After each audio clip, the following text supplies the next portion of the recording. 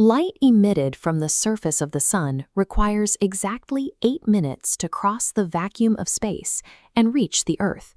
We measure that duration using clocks ticking at our location, marking what physicists call coordinate time. Coordinate time maps the universe from the perspective of an external observer. But objects possess their own internal clock, known as proper time.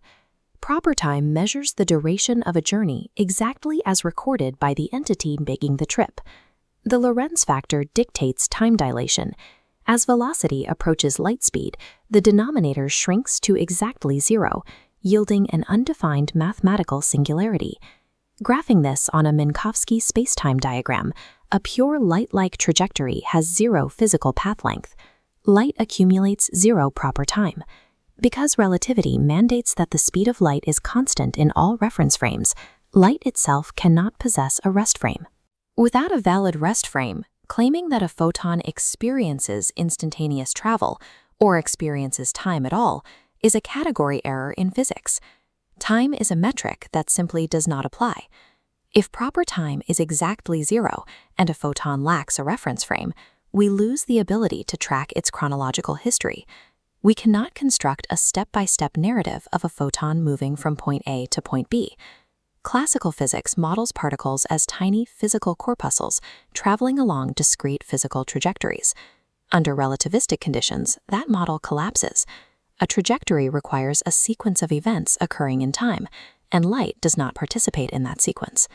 To model interactions at this limit without relying on the continuous forward-moving observation of a classical observer, we have to utilize John Cramer's transactional interpretation of quantum mechanics, or TIQM.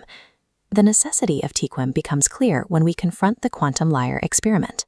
Proposed by Alabsar, Dolev, and Zeilinger, this setup creates a physical scenario mathematically equivalent to the statement, "This sentence has never been written." It breaks standard forward-moving causality. Resolving this logical trap requires a framework that abandons the strict arrow of time. We need a model that negotiates interactions backward and forward simultaneously. This diagram displays a standard Mach-Zehnder interferometer.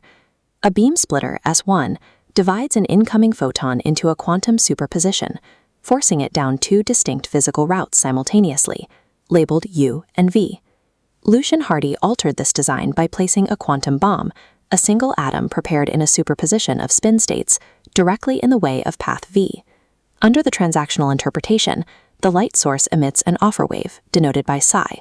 This wave moves forward in time, traveling through the apparatus and splitting down both paths.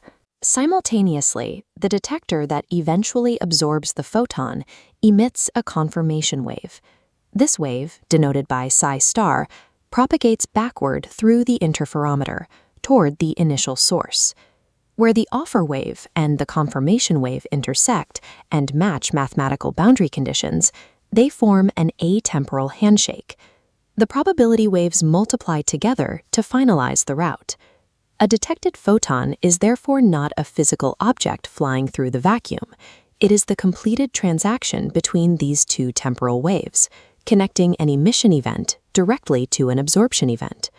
This schematic maps out the full quantum lyre setup. We expand the experiment by placing a second superposed atom on path U. Both physical routes are now obstructed by atoms existing in uncertain spin states. As the photon's offer wave passes through a second beam splitter, the combined mathematics of the photon and the 2 atoms yield 8 distinct wave components, representing all possible interaction states. Components containing non-matching atomic spin states undergo destructive interference. Because of the phase shifts introduced by the beam splitters, these specific states cancel each other out entirely before they can reach detector D. If detector D registers a hit, we isolate the remaining state equation. The math reveals that the 2 atoms are now locked in an EPR entangled state. If we measure atom 1 and find its spin is up, atom 2 will always be measured as up. Classical logic dictates a straightforward history here. The photon reached the detector, meaning it bypassed the atoms. For the atoms to become entangled by a photon that hit a detector, that photon must have traveled the single unblocked path through the apparatus. But if the photon traveled the unblocked path, it never physically interacted with the atoms sitting on the opposite path. A particle cannot entangle a system it never touches. The sequence of events contradicts the physical outcome. The system produces a history where a photon successfully connects two isolated atoms while strictly avoiding one of them. Standard causality breaks. This temporal mapping diagram plots the interactions to see if the transactional interpretation can fix the history. We track the forward-moving offer waves against the backward-moving conformation waves originating from the atoms. Measuring the specific spin of the atoms generates conformation waves that travel backward to the initial beam splitter. These backward waves dictate the possible transactions, mathematically forcing the system to select a path that aligns with the measured atomic spins. The failure point occurs if we delay our choice and measure the atom's spins along a perpendicular axis. The conformation waves now require equal amounts of opposite spin states. The transactions become superpositions of states, yielding no definite answer for the atom's whereabouts or the photon's path. In three-dimensional space, this requires the wave to fail an interaction, back up, and try a different path to find a valid superposition. The geometric mechanics become impossibly cumbersome. Watch as this 3D layout collapses. Physicist Ruth Kastner expanded TIQM to resolve this exact bottleneck.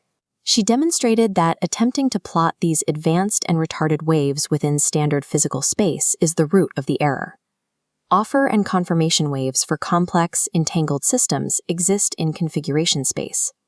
This is a multidimensional coordinate system that maps the state of the entire combined system simultaneously, rather than tracking individual particles moving through physical vacuum. To preserve logical consistency, we have to abandon the idea that quantum waves propagate through the space we can see. The interactions that determine physical reality operate within an abstract space of mathematical possibilities. We return to the light crossing the solar system. Under the transactional interpretation, the photon is not a traveler. It is a completed transaction linking the offer wave of the sun to the conformation wave of the Earth. The 8-minute gap in coordinate time is bridged by a physical handshake, realized instantly out of possibility space.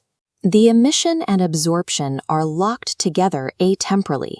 This mathematical structure explains the exact reason proper time does not accumulate for light. Time cannot pass for a photon because it is the localized event of the connection itself. John Kramer compares this process to frost on a window pane. The present moment crystallizes as a moving boundary, stitching back and forth between past and future constraints, freezing possibility into physical reality. The relativistic transactional interpretation establishes a strict boundary. The wave function, carrying all quantum potential, evolves entirely outside of our observed spacetime. The actualization of the quantum handshake, the moment the offer and conformation waves finalize their variables, does not occur within the dimensions of length, width, depth, or time. The transaction is the mechanism that creates the spacetime event.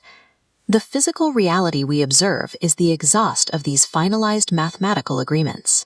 The universe is an ongoing crystallization of atemporal transactions. Time and space are not the container in which light travels. They are